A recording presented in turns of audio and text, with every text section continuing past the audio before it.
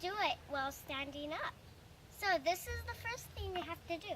Stand up, put one foot down, and when you're ready to coast, you put your foot up, and then you start coasting.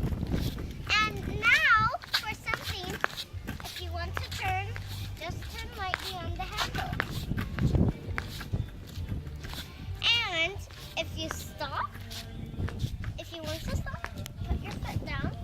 And if you stop, you just push with your foot.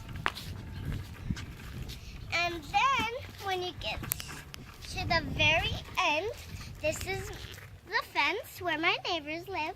And then you stop, and then you can push it downhill. And then you could just start over again. And this is Aubrey speaking, and this is the end of the video. Thank you for watching this.